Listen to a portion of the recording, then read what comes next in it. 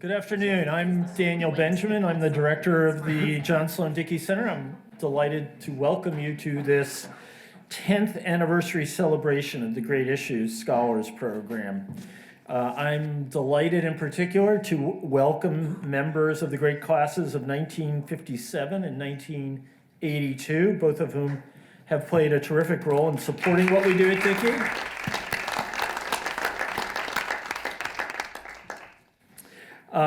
They have both been integral to the innovation funds and that we have, and we are really grateful for their support. I also want to welcome recent GIS scholars and members of the current crop of GIS scholars.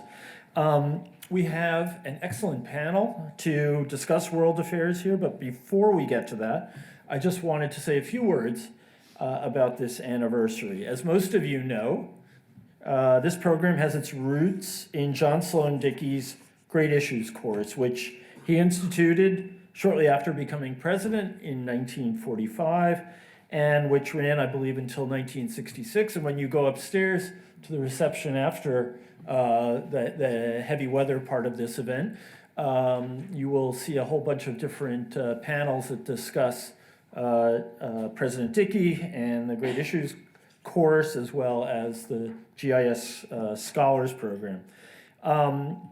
Anyway, that course was, by all accounts, a formative and indeed tremendous experience for Dartmouth students of that era, and it brought a really extraordinary array of leading figures to the college every year. And anyone who imagines that somehow before the interstates it was a lot harder to get to Hanover has to look at this list of people, because it's extraordinary, the people who came and the amount of time and effort they made to get here. I really commend to you in particular the list of speakers who appeared in the Great Issues course.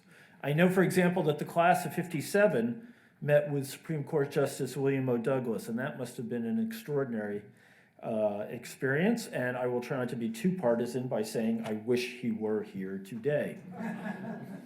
I should also note that I have a very powerful sense of what a deeply moving and formative experience the Great Issues course was, because seemingly every alum that I have ever met who took the class has urged me to tell President Hanlon to recreate it.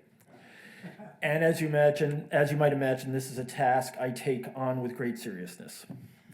10 years ago, the Dickey Center undertook to establish a program for first-year students that would carry forward the legacy of that class and create a year-long introductory experience for first-year students who were interested in the outstanding issues in international affairs, in security and diplomacy, health, development, and climate.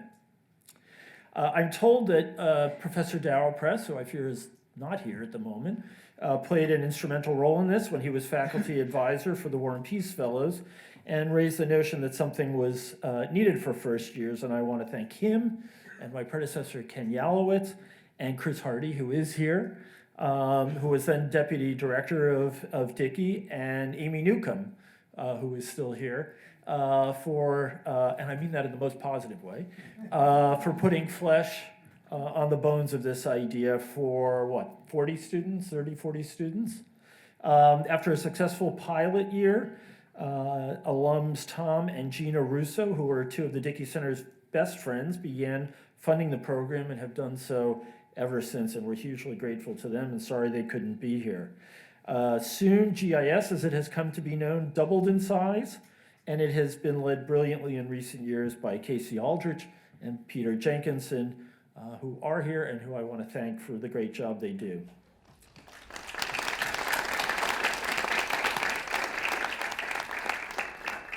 So in the years since, Great Issues scholars have done things like lunch with Madeleine Albright, mull over the state of the world with Jim Mattis, talk with Jim Nachtwey about his extraordinary photographs, read with Jacqueline Novogratz and Dambisa Moyo, see the climactic footprint of humanity in the Ice Core lab, and of course, experience every year the collapse of North Korea or a clash in the South China Sea with Professor Jennifer Lind, who has gotten the group going with a bang on a retreat and really started off the program brilliantly every year. I'm really grateful for her to being such a stalwart.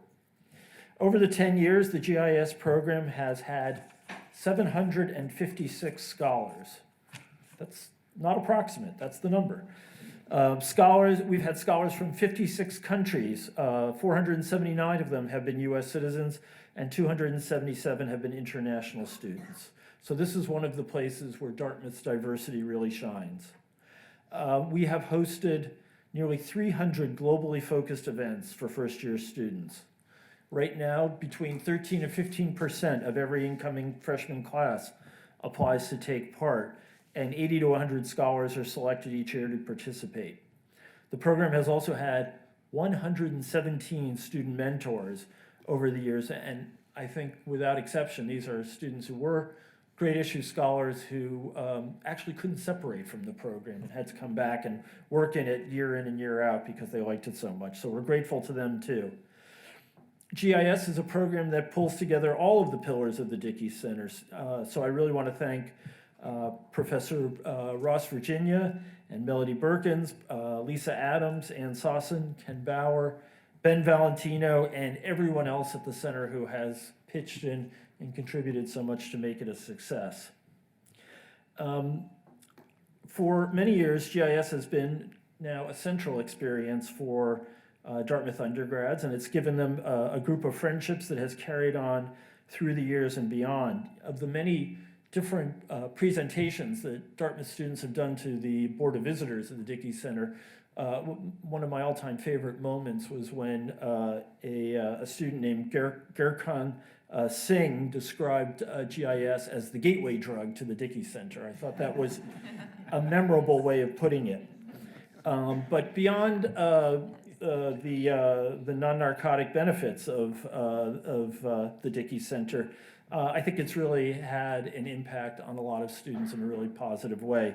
And one of my favorite remarks about GIS came from a student, Freya Jameson, who was a Dickey star just a few years ago, when she said that GIS taught me the value of my own voice. The program gives a room full of freshmen the power to lead conversations with global leaders and world-class scholars who appreciated our questions and ideas and responded thoughtfully. And after that experience, speaking up in class was a lot less intimidating. That could be Secretary Mattis, I don't know. No, it's Donald Trump. Oh, hang up. Anyway, I would also note, Amy Newcomb has just informed me that we will soon have a marriage of two former GISers. I'm not sure if this is the first. I think it's the first we know of. It's only a matter of time before we have second-gen GISers. And I think it's not only because of that inspiring prospect, but also because I think GIS truly does put Dartmouth undergraduates on the fast track to being global citizens that I believe John Sloan Dickey would be very, very proud of it.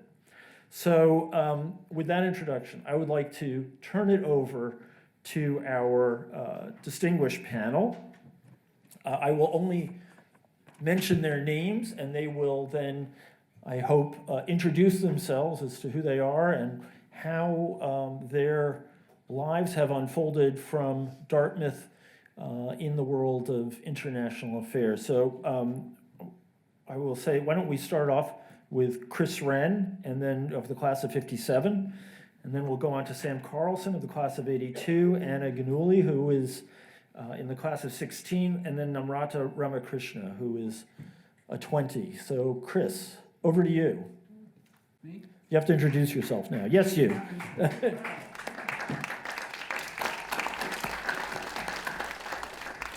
You know, when I have an obituary, it's going to say he should have spent more time in the office. And I'm going to tell you how. Can you hear me? Talk into the mic. I can holler louder if you want. That's all right. And I just want to begin by telling you a little bit about the original great issues. And I want my colleagues who took great issues in its original form to raise their hands, if you look. And what we did, we met, was it once a week? and on Monday nights. And you'd go in there and they'd tell you all about the world. You'd have people coming in. It's very much like now, in fact. And I was so impressed. I didn't know what I was going to do for my life, I said, what am I going to do? And I realized, I looked and I said, we were reading the New York Times. I said, I wonder if I could become a reporter for the New York Times. If it could be a foreign, that would be great, but it'll never happen. Well, as you know, you be careful what you wish for. So I decided, could I do that? I didn't think so. But I began, because of great issues, I thought, well, I'm going to give it a try. And I don't think I'll ever get there. And it made a big difference because I was able to come out. I got out of there. I'd never been abroad before. I didn't know anything about it. Later, I was ROTC, and I got over on a deployment to Korea for infantry, and then I was Special Forces. But beyond that, I didn't really know much. And then I began working, and I realized, my gosh, people can make a living being a New York Times reporter, and I'll never make it. Well, I made it. Still don't. It's a little strange that I did it. I covered a lot of wars for them, and that really makes it. They don't have people lining up to cover them. And so I just thought, this program has made a total difference to me, and I hope as we get into discussions, my colleagues, my mates, can also talk about how it affected theirs. And it was terrific. And rather than bore you with all the details, I went out, I thought I could do something. I ended up working up in 60, I think going through 60 countries. I covered wars, and about 8 or 9 of them, major wars. I got expelled from Iran. They tried to throw me out of the Soviet Union. I refused to go. And then a couple of other places where they did put me. But they put you're supposed to take you to the airport and put you in a flight. And they were really sloppy expulsions. We used to complain about how we got expelled. You do it with a little more class if you're going to throw out this dump. So I want to tell you about, I'm just going to tell a few things that I wrote down that I remember from being a foreign correspondent that I can pass on to you that I think helped me in my career. And 2 things: if your mother says she loves you, check it out. If you want a friend, get a dog. And so somebody said, a great correspondent, a New Zealand foreign, said, it's not the bullet with your name that gets you killed, it's a bullet addressed to whom it may concern. So I wrote a bunch of rules that got me through as a reporter, as a foreign correspondent, from having come out of a program very much like this. And I wrote them down. Here's the rules if you want to trust them. I don't know. First one, always eat breakfast, because you never know when you get another meal. Because if you're chasing a story, you don't know when you're going to eat. On the Bosnia, I had put a banana in my flak jacket, and it melted, and it all got into my, it was disgusting. So the second is, when you pass a bathroom, use it. Don't travel with anything you can't carry at a dead run for a quarter mile. When you get into a place, start planning how to get out. And this is the most important thing, because I didn't plan once when I was covering something with the crazies, and I thought I nearly got killed. So the other is, don't stand between a crowd in a hard place, or don't stand behind a teenager with a rocket-propelled grenade. And when a bomb goes off, you don't run towards it. The photographer, let the photographer, you run the other direction, because there's always a second bomb. So these are things notes I made. And, and my career was, I was able to go out and satisfy my curiosity on somebody's expense account. And that is really cool, where you're not only doing these wild things, but somebody else is paying for it. That's great. I'm going to just give you an example of some of the people that I met, and then I'll shut up. But a couple of things that I was working in the Middle East, and I was taken up to meet some of the Popular Front for Liberation of Palestine. They'd been blowing up airliners. They were a tough crowd. And I got up there, and I began to and I went up there with a Jeep and back roads and everything. I got there, and the guy who was the leader of it, said, "I don't want you here. You're a Zionist. You're a traitor." Such. However, he says, "My brother's studying engineering at the University of Texas. What's it like?" So I told him. He says, "Is it really like that?" And these guys embraced me. And then I had to get back to Amman from the hills. And these guys said, "We'll take care of you, don't worry." And they had 3 guys, all around me with loaded weapons ready to fire to get me through, because his brother had been studying at the University of Texas. Now, another case when I was covering another war, where was that one? In Fatah, when they were shelling between the Israelis and the Palestinians, and I went into this area with a photographer, and we got up there, and it was clear that the Israelis were going to take this place out. So he wanted to get out and get back. And I began talking with the guy who was the Fatah captain up there, did it, and he drove me up through this. And I said, what's on your mind? He said, "You want to know what's on my mind? I got a daughter who's in a school here in Lebanon, and she gets beaten up by the other kids, and she is not getting the education, and I worry about that." He says, "I don't care what the Israelis are doing. I want my kids to be excellent." And so I realized when you go out and cover stuff, you have to always find out what the real story is. There's always a story under the bravado. And so I thought this part was what you do. If you look at where all hell is breaking loose now, there's a reason for it, and it's not because these people are crazy. It's because there's been something that drove them to it. I'll shut up and move on, and we can return to some of this if you want. I should just say that even though I wasn't an undergrad at Dartmouth, that the Great Issues course had an impact on me, because I grew up reading Chris Wren, and it formed a lot of my understanding of the world from all those garden spots he was reporting in. So, Sam, how about you? Would you ever eat at a place called Mom's or play poker with a guy named Doc? I'm just following up on Chris Wren's litany there. Thank you. I appreciate that. Thank you all for coming. I feel a bit like an imposter here. I'm not exactly sure. We all feel like imposters. It's the modern condition. Yeah, that's right. What sorts of experiences or lessons I have to share. But anyhow, I appreciate the opportunity. There's no question that my my career was influenced by Dartmouth. I was an international relations government major with an education minor. Went through the education certification program here, and like all Dartmouth students, studied abroad or did a language. So my great issues that emerged from that were inequality around the world and education. So I ended up working for 21 years for the World Bank on international education in developing countries.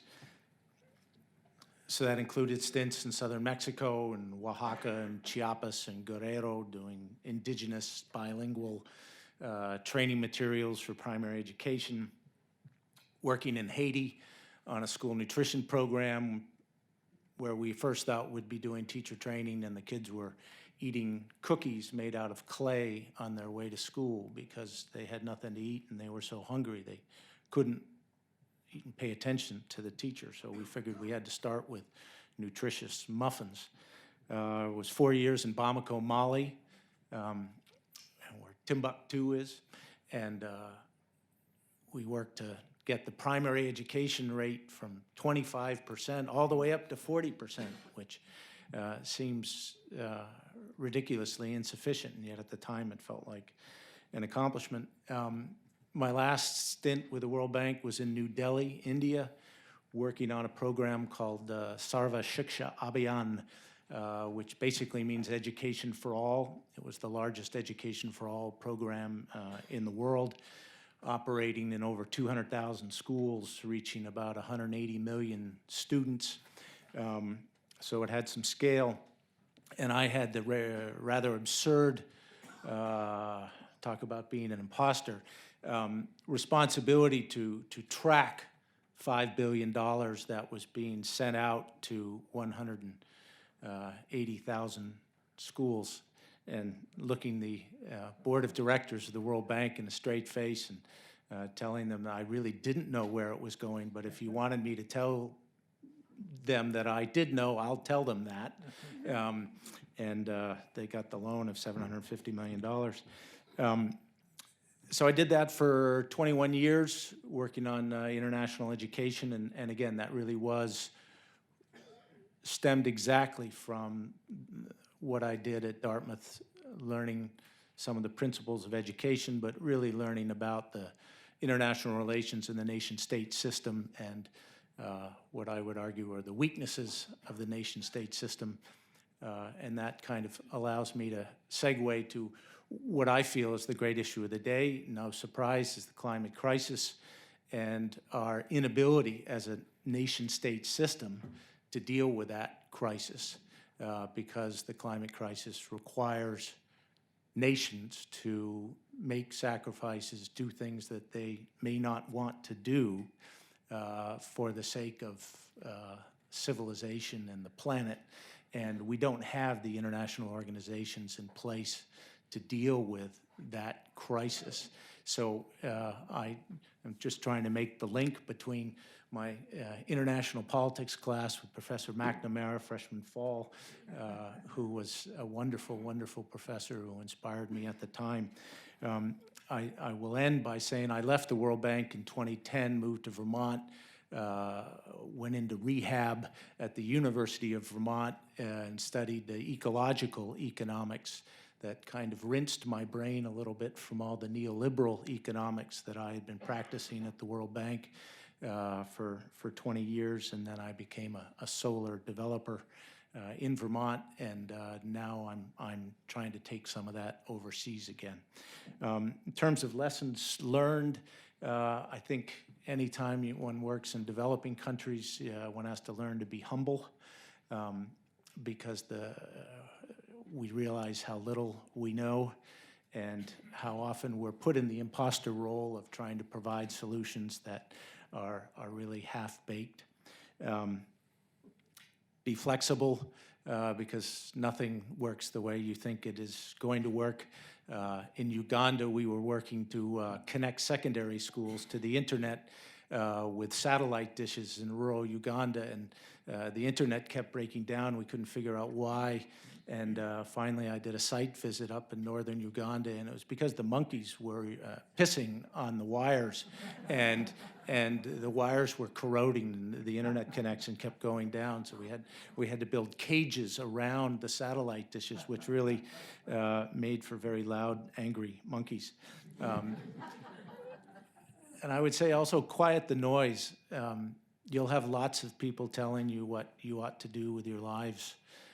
Whether it's your parents or your friends or your classmates or whatever, you've got to listen to the voice inside you and try to push that noise aside and listen to what's inside you.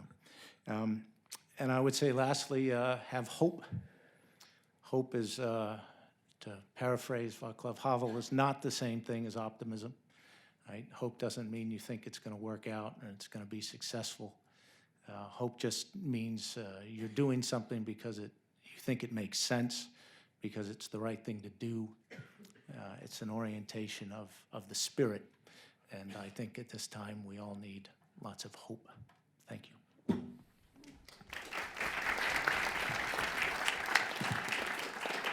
Thank you very much. I think I'm not going to be able to mentally unsee that image of the monkeys for quite some time.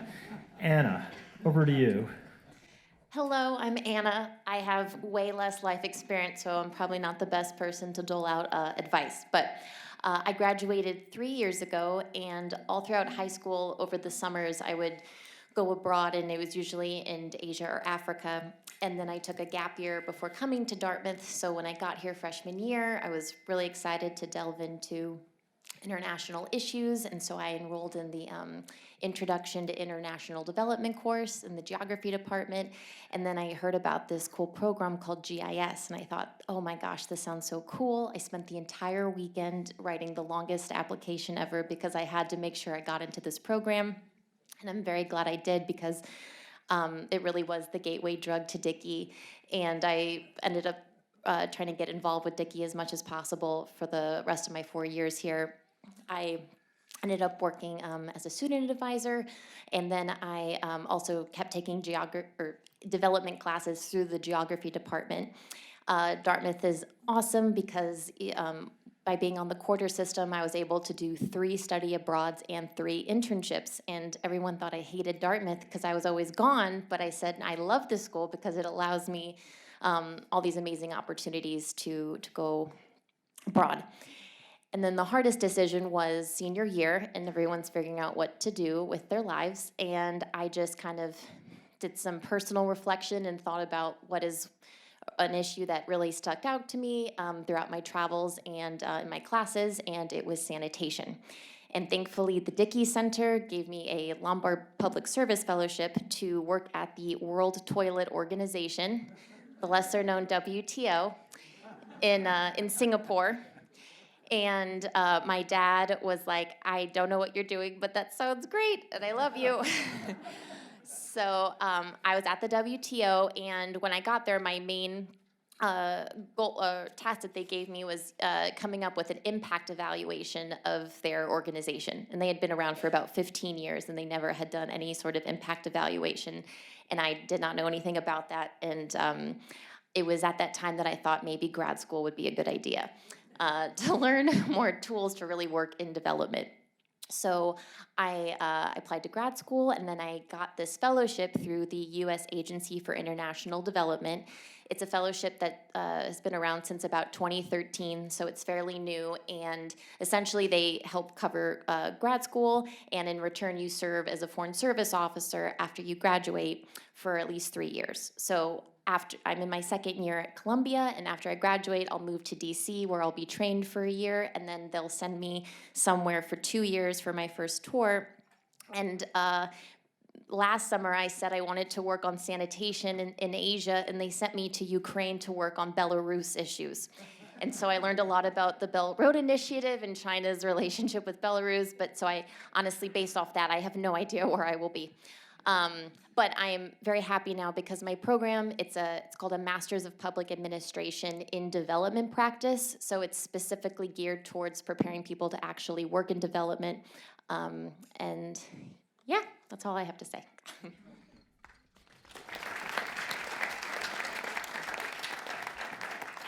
Okay, and last but not least, Namrata. Hi, everyone. If Anna doesn't have advice to give, then I definitely do not have advice to give. But I really appreciate being here and kind of listening to the advice and kind of absorbing it because I don't know what I will be doing next year, right? So I'm in that panic, I think. But yeah, I started the Great Issue Scholar Program my freshman year, and I think I was so lucky for applying to live in that community because I came into Dartmouth and I was like, don't know if I know how to make friends, so what I'm going to do is put all my effort out there my freshman fall. I'm going to make the friends, and then it's done. Like, I'm never going to make another friend. And it ended up working so well because it was a community of people that I thought were interested in, like, what I was interested in, and it ended up being true. And I met some of the best people I've ever met on this campus through the program, and it really became a community for me.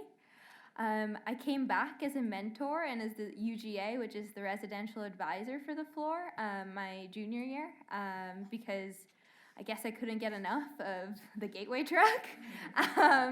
And I've done a lot of programs through the Dickey Center because it's really given me opportunities to explore my interest in global health. I've been really lucky to be able to experience what global health looks like at the governmental level, at the CDC. Going into a huge office every single day and kind of working on small projects that hopefully someday will have a very big impact. The Dickey Center has also given me the opportunity to go to Kosovo this past summer and work on a global health policy project. It was really awesome because I didn't necessarily know what health policy looked like and what that work looked like, so it has helped me kind of narrow down things I like about all these different experiences and potentially what I would want to pursue next. Thank you.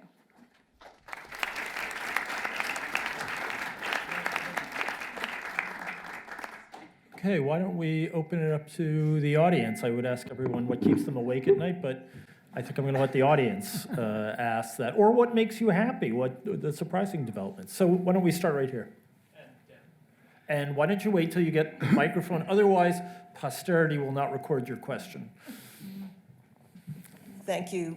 Melissa Cook, 82. And Chris, I've read almost every word you ever published in the New York Times. So, Oh, my God. So thank you for that. I apologize. I apologize. Every time there was something really big going on, I knew you were going to help us understand it.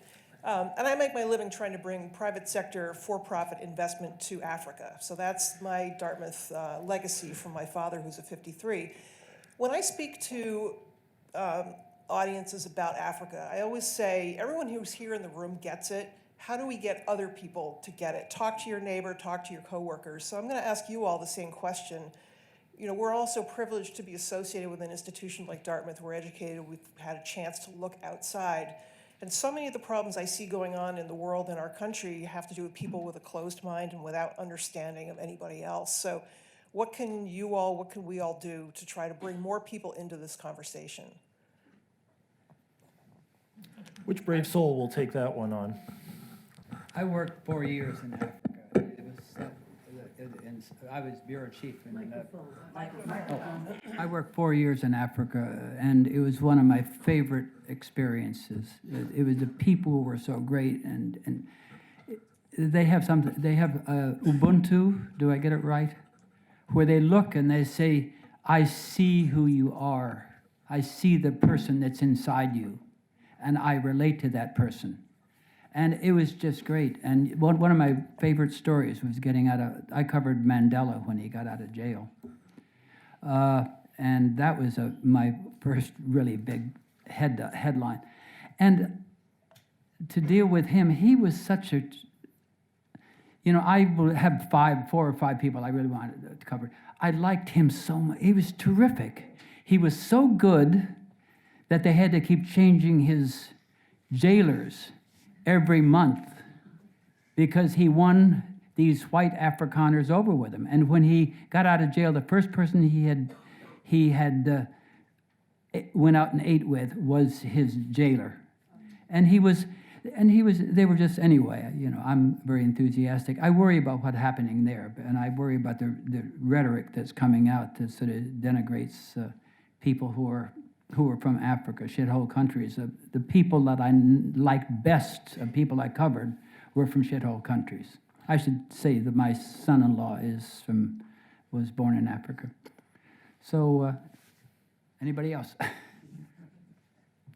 So I'm not sure how you do it all the time, but I think programs like GIS are an important part. There are many more, I would say, committed globalists, to use a charged term, today than there ever were before.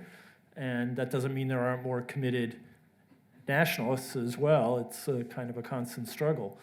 It is certainly the case that one event doesn't typically change someone's life, but we hope that we can acclimate and acculturate and all those other things and create really genuinely global citizens. And we hope that they carry the spark on elsewhere through the people that they meet.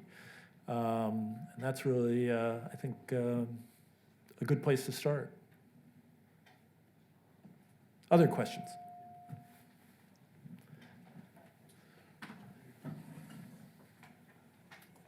Hi. Given that you guys seem to have a lot of experience with developing countries and the issue of development and renewable energy, I had a question regarding actually the concept development. I have a little bit of an issue with that because the concept of underdeveloped, developing, and developed countries is such a westernized concept that the rest of the world has kind of adopted, and it kind of gives this issue, like, it kind of makes it seem like this has to go in stages, like you have to go this, do this, then that, which kind of leads to a cycle of consumption in other countries, like non-Western countries, especially, which is really bad, especially in countries like India and China. I'm from India, by the way, where everyone wants to live like the West and live like Americans, even though that high level of consumption here is not sustainable. So I want to know if you had an issue with, if you had any ideas on how we would combat that, or how we could like try and like not give everyone the idea that we should all live like the Western world does today, or go in the stages like the Western world did to reach where they are. Because while that status of life is amazing, like if all the world did that, then the planet Earth's resources would pretty much like dry out pretty quickly. So that's one thing I wanted to put up for discussion. Thank you. Sam, that one sounds like it has you written all over it. I feel a target on me on that one. Bullseye. So absolutely fair point. And indeed, in graduate school, Princeton's Woodrow Wilson School, very similar to where you're studying. In fact, the development was presented as a series of stages, and in fact, there was the famous liftoff stage, where if a country hit a certain percentage of primary education enrollment and a certain maternal mortality rate and a certain electrification rate and a certain degree of urbanization or something, the country would lift off. And it had this wonderful metaphor. It was living in India that I sort of became disenchanted with development. And it's not hard to see the effects of the burgeoning middle class in India. And I would argue that India is literally cannibalizing itself in many ways in order to develop. And yet there is this thirst, right, for a better material life. Had a great discussion with a woman named Sunita Narain in India about India's right to develop. And the right to develop includes a right to emit greenhouse gas emissions. And what is the ethical right of a China and India, a Nigeria, a Brazil, for them to be able to emit the greenhouse gas emissions that they feel they ought to be able to emit, just as we did. And yet, if everyone does that, just as you said, we end up with a completely unsustainable use of resources. And yet, it's kind of it's a bit of a paradox, but that's in part what drove me to leave the World Bank, as I became disenchanted with the concepts of development and went back to study ecological economics and the ideas that development or economic growth, whether it's in developing countries or developed countries or Western or Eastern or however we want to categorize them, really can't go on indefinitely, right? Economic growth ultimately has to be bounded by the planet's biophysical limits, which neoliberal economics doesn't accept. So there's a fundamental flaw with our economic growth mantra that we have in the United States, where we're just focused on GDP and where we project this same obsession with economic growth as a good thing in all developing countries. I would agree with you about your time in Africa, is where I learned a whole lot more about the human spirit and the values that people have are much more important than what they own or what they have. So I don't know if I'm answering your question, but I think the good news, at least on development and energy, is that now renewable energy, solar energy, and wind energy in developing countries, and I'll use that word just for convenience, is now cheaper on a per kilowatt hour basis than natural gas or diesel. And that's going to allow countries to basically decouple their economic development from their energy use. And I will use that as a source of my hope. More questions? Right here. Can you just wait for the mic? I was talking to Chris earlier about language, the importance of language, and he was telling me that it was very important in his career, and Dartmouth gave him a platform to be able to do the things he did because of the language programs here at Dartmouth. Any comments, Chris? Yeah. I have people coming to see, I'd like Chris, to be a talking to foreign- the mic. Oh, sorry.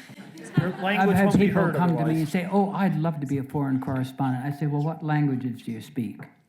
Oh, I don't say, oh, then you're never going to cut it as a foreign correspondent, because you have to learn languages in order to be on the same wave level that the people you're covering. And I'm appalled at how few people are learning languages. I did Russian at Dartmouth. It was great, because I was very lucky. And then when I went to Russia, I continued my Russian, and I could kind of pass for Estonian. I had an accent, they told me, but beyond it made a difference. And then when the Times sent me to Beijing to really open up their bureau there, they sent me to learn Chinese. So I spent a year at Cambridge learning Chinese and being able to read and write it, and got my best stories when I met somebody and I could write them. I also traveled with a 5-string banjo in China, and that really opened all kinds of doors for people. And I think, so I guess, I've had some languages. You cannot get through this world at this point without knowing more than one language. And I don't know how you deal with that here. But to me, and it liberates, because people think in ways that are far more concise than we do. And I think, I did some French, I did some Spanish and everything. But every time you learn a language, you learn more about the people you're covering. Do any of our other panelists want to comment on that? Well, I studied Chinese while I was here. I did the 1, 2, 3, and then I went on the summer abroad trip to China. I can tell you that the only time I speak it now is in the back of a cab, and I make the driver very happy when I know how to say a few things in his language.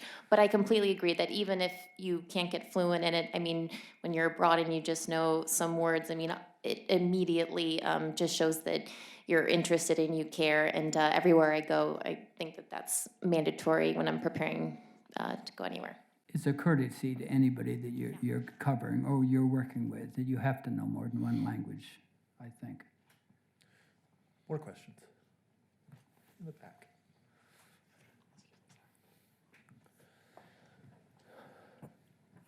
Good afternoon, I'm Sarah. I'm from Jamaica. So being in Jamaica, I was exposed to a lot of the issues faced by developing countries. And my peers and I would always discuss all of the issues that we faced. And we came up with solutions to the problems. But then there was always the issue of who do you bring these solutions to? Or who do you go to for advice for like a feasibility study to see if it would actually work or play out in the real world? So I wanted to ask about platforms that are in place for presenting solutions to any of the great issues of the world. Also, I would like to ask about ways to get involved with international development outside of the classroom, because I'm currently deciding whether to do international development or medicine. So I wanted to know if I have to isolate them, one, or how I can get involved in international development outside of school so I can determine which one I want to do. Let me take a crack at the first one just by saying, come by and talk to us at the Dickey Center, because we have all kinds of ideas for things for you to do in off terms in development, as well as things for you to do on campus, though not necessarily in the classroom, about the development piece. And I'll turn over to the panelists the question about platforms for bringing solutions. Any thoughts? I think the whole development... Chris, the mic. I'm trying very hard not to get quoted anywhere here. I think one thing that's changed certainly in journalism is cell phones. We filed our stories on rocks with chisels when I started. And I think to be able to have that access to the rest of the world through a cell phone. Even I handle mine badly. I'm able to do it. I think it has made a big difference, and that's broken down a lot of walls. Now, how you put that together, I don't know, but there's enough ways to get information out and to talk in a way that was not possible. I remember how we had to smuggle stories out when I was working in various places, and hope they would get to the person. Well, you don't have that problem. I've had friends who covered the war, and sadly, they were filing live from the battlefield with the Marines in Iraq. I know a friend of mine, he'd file his stories, and it would go right in and be in the paper, you know, or wherever, or right away. So I think the whole idea of technological progress is going to make this a little easier for everybody.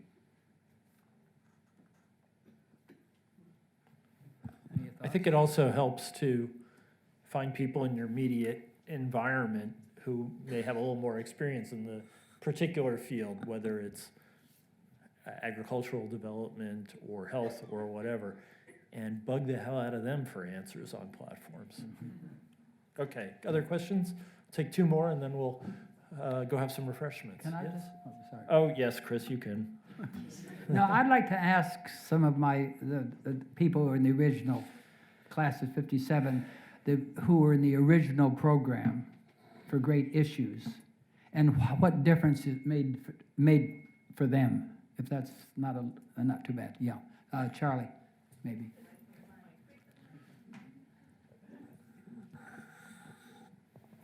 Thank you. This is not it's more of a comment than a question, but I was one of those 57s who experienced that class. And a couple of things. I'll never forget, these are kind of lessons learned, but Hans Mongerthor from the University of Chicago talked to us about political science. And I'll never forget him saying that any sovereign nation in a diplomatic situation would never do anything to assist another nation if it wasn't in their own interest. And I, being a kind of a renegade kid, saying, that's a bunch of nonsense. So that after the lecture on Monday, Tuesday morning, we had a question. So I had a question. I thought I'd nail this guy. And he ended up nailing me. But I said, well, what about in 1826 when the Ottoman Empire, when the Greeks were getting their independence from the Ottoman Empire, England came to their assistance. And I went on to say that it was a wonderful, noble thing for them to do. It wasn't noble at all. They wanted to get to the Ottoman Empire. So I'll never forget, it was a proxy war for the Brits. But I thought that I really, really knew that one. But he also, I remember saying that in a diplomatic situation, you always have to remember to put yourself in the shoes of the other person, the other foreigner, whatever. And I learned a lot from that one statement that he made. And then I was an architectural art history major. I was interested in architecture or archaeology, and I wasn't sure. And I'll forget Professor Scully, who was a young professor at the time at Yale, and he was an architectural critic, architectural historian, and he ended up being an extremely fine one. He was a very young man at the time. He was already teaching at Yale, and he gave me an insight into architectural criticism that I hadn't gotten to that sophistication level yet. And he, in a way, assisted me in choosing to go into architecture rather than archaeology. And I remember that I was thinking about that. And that helped me very, very much. And then I have a funny story. President Dickey required all of us to wear a coat and tie. Now you can imagine Dartmouth Senior saying, what the hell is this all about? So we used to go down to White River Junction and buy the ugliest ties you've ever seen in your life. And we'd wear those proudly, and this great individual would be giving a lecture looking at all these terrible goddamn things. But anyway, that was an aside. History has not recorded that about the ties, and now we will have to amend it. Okay, one last question, please. If I can just say one word about ties. Chris, you can say anything you want. And Yeah. if you travel, we used to call it take a king tie. Even if you're working in the worst areas, you took a tie with you. I mean, first it could be a nice tourniquet if you needed it. But the other thing is that you got to talk to somebody, and you know, somebody would pop out here or there, and then you put in a tie, and who's he going to talk? Who's the guy going to talk to? Looks at a bunch of journalists. The guy with a tie. And some of the best stories were putting this, you know, shaking it out and putting on a tie. Well, we could end on that note, but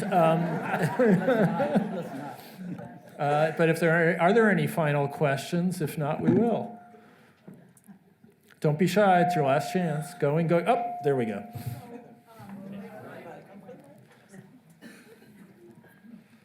So I live in Washington, D.C., and usually when I leave, I worry less than I do when I'm in Washington, and you all have not helped that today. Let me just ask, I mean, we're doing, I think it's not the smartest thing I'm going to say today to observe that that a lot of damage is being done to our reputation, the reputation of the United States. So you talked about hope, and I really try to be hopeful. What do you think we all can be doing today and as we move forward to address that? And do you think I'm right about it? Yeah. Who will venture forth? Well, I'm very upset at what's happening to the Kurds. When I worked in Iran, and we had a system where we'd work out where if we got overrun, and had to get out of there, you went north and you linked up with the Kurds, and the Kurds would get you somewhere safe because they were reliable. And now they're being blown apart, and I get as angry about that because you need allies in this world, and you'll do nothing. I can't get a story without people to talk to me, and you can't get anything done unless you have allies, and I think we're at a real crisis. Yes, Anna. Well, at the beginning of the year, I went with Columbia on this trip to Israel, and we spent some time in Palestine, and they were talking about how there used to be these great programs where they would have Palestinian doctors train under Israeli doctors, and they would, learn a lot under them. They would become friends, and then they would go back and, treat people on the other side. And it was this great program. And then we learned that it was defunded through USAID because when Trump cut a lot of programs like that, and it made me really sad. But also working at just in Ukraine this summer, that's like the only USAID mission I've ever worked at, but just, hearing from some of these implementing partners who are funded by USAID, really like how grateful they are and how highly they think of America, because Belarus, it's a really authoritarian country, and U.S. is not their friendliest ally. And so to hear from some of these Belarusians on the ground how grateful they are that USAID is trying to help with these pro-democracy movements, despite who the president may be, they really, really appreciated the agency itself. So, that makes me kind of hopeful. Do you want to add something, Sam?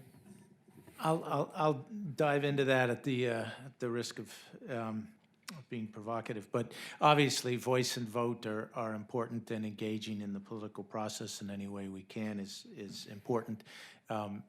I'm now convinced on the climate crisis issue that it's time for climate disobedience, and I think it's only when we start to put our bodies on the line, the way that the civil rights did, the way that so many larger social movements have done, that there will be any change, real change. And I think in this respect, the youth movement on the climate crisis gives me great hope, and I'm certainly willing to follow their lead.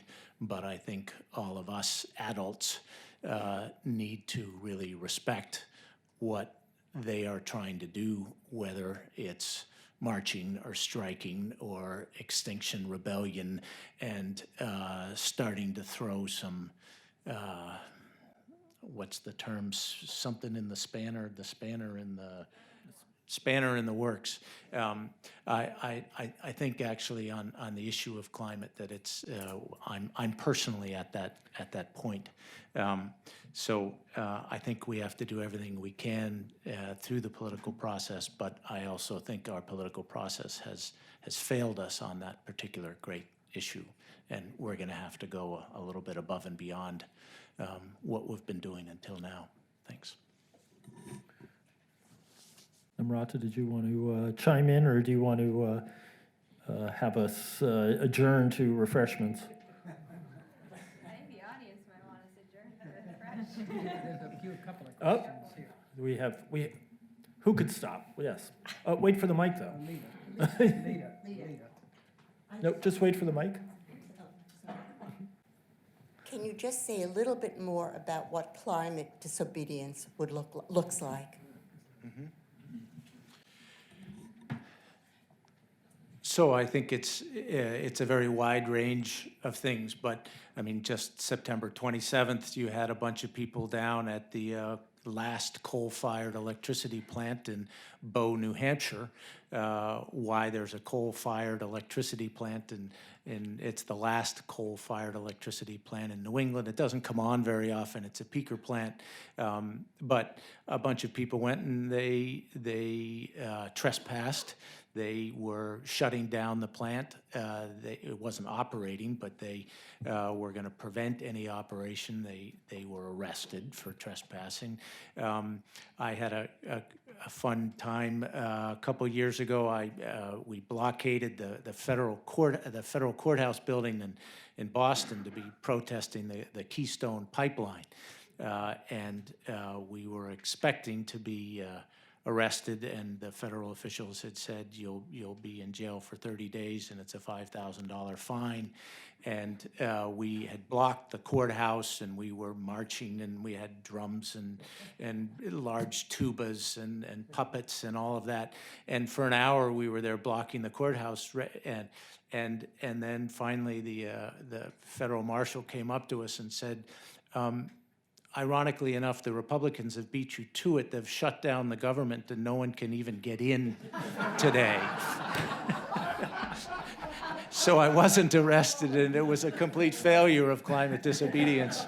I was thwarted by the Republican shutdown of the government. But it's marching. It's. I mean, even today or yesterday, right? There was someone in London, right, who was on a plane. It was preventing the plane from taking. It's getting in people's. It's making life a little more inconvenient, and making people aware that every time we are burning fossil fuels, we're taking a little bit away out of the next generation's opportunities for a sustainable planet. And so I respect people's efforts to do that.